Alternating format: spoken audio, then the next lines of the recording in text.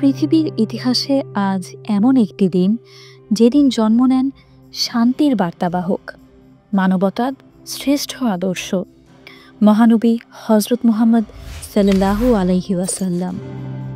খ্রিস্টীয় 570 খ্রিস্টাব্দের এই দিনে আরবি মাস রবিউল আউয়ালের 12 তারিখে পবিত্র মক্কার এক সম্ভ্রান্ত পরিবারে তিনি জন্ম নেন। বাবা ছিলেন আবদুল্লাহ এবং মা আমিনা। জন্মের আগেই তার বাবা চলে যায় এবং 6 বছর বয়সে তিনি মায়ের স্নেহও হারান। দাদা ও পরে চাচা আবু তালিবের স্নেহেই বড় হতে থাকেন তিনি। তার চরিত্র ছিল এতটাই পবিত্র যে মক্কার মানুষ তাকে ডাকত আল আমিন, অর্থাৎ বিশ্বাসযোগ্য, সত্যবাদী।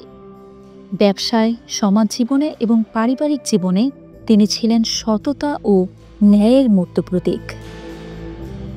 25 বছর বয়সে তিনি বিবাহ বন্ধনে আবদ্ধ হন খাদিজা রাদিয়াল্লাহু আনহুর সঙ্গে, যিনি ছিলেন একজন ধনী ও সম্মানিত নারী। তার জীবনে এটাই ছিল প্রথম এবং বহু বছর পর্যন্ত একমাত্র বিবাহ। 40 বছর বয়সে হেরা গুহায় ধ্যানমগ্ন অবস্থায় তার ওপর অবতীর্ণ হয় আল্লাহর পক্ষ থেকে প্রথম ওহী। জিবরাইল আলাইহি ওয়াসাল্লাম আসেন এবং বলেন, ইকরা, পড়ো তোমার প্রভুর নামে। এভাবেই শুরু হয় নবুয়তের মহান দায়িত্ব। তিনি আহ্বান জানান এক আল্লাহর উপাসনায়, মানবতা, ইনসাফ, দয়া ও ভালোবাসার পথে।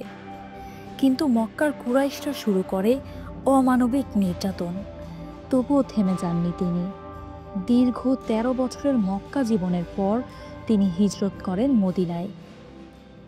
সেখানে গড়ে ওঠে একটি ন্যায়ভিত্তিক সমাজ, যেখানে মুসলিম, ইহুদি, খ্রিস্টান সবাই ছিল নিরাপদ।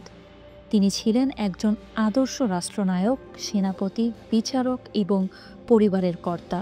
তার প্রতি বিদ্বেষীদেরও ছিল শ্রদ্ধা ও ভক্তি। 63 বছর বয়সে রবিউল আওয়াল মাসের 12 তারিখেই তিনি ইন্তেকাল করেন, কিন্তু রেখে যান এমন একটি আদর্শ যা যুগ যুগ ধরে আলোকবর্তিতা হয়ে আছে মানব জাতির জন্য। আজ পবিত্র ঈদে মিলাদুন্নবী। আসুন আমরা তার দেখানো পথ অনুসরণ করি, সততা, দয়া, সহমর্মিতা আর আল্লাহ ভীতির।